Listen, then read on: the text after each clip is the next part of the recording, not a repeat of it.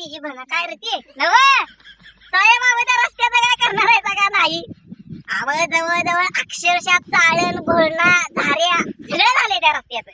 एक रस्त्याला नाव देण्यासारखं नाही. तर कोल्हापुरात काय आम्ही बोलतच नाही. कोल्हापुरात काय पाय ठेवण्यासारखी जागा ठेवल्या नाही रस्त्याची. त्या इकडे परतांगड्यात गणी मला वाटते ढुपर जातील एवढं डबर झाल्यात साहेब. नवटी माणसं इकडे गणी गगनमावळा फिरायला जातात. पर्यटन स्थळ फिरायला जातात. हायवे आहे तो आमचा. वय वय वय वय वय एवढे एवढे डबर उलात त्यात अक्षरशः माणसं. परवा दिवशी एकदम पडलं फरं वडीत गेलं घरला. काय करणार.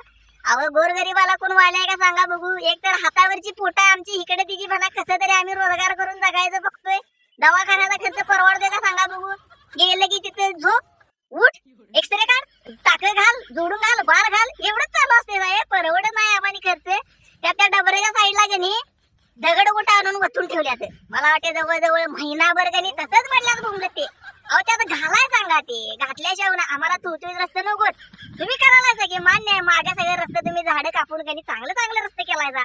आम्हाला ते चांगले रस्ते केलाय कवा करायचा करा करा. हाय ते डबर तेवढे मुजवून द्या. नाही बघा होते का नाही तर मी आपलं काय करतो खोरं पाठी घेतो. होय मलाच मुजवाय पाहिजे. माझीच माणसं पडा लागल्यात. अहो मला वाटते महिन्याला गणी 300 आकडा तरी गणी सहज जायत असेल दवाखान्यात सहज. बघा असं चालते वय काय अवघड कसं होणार आहे काय माहिती.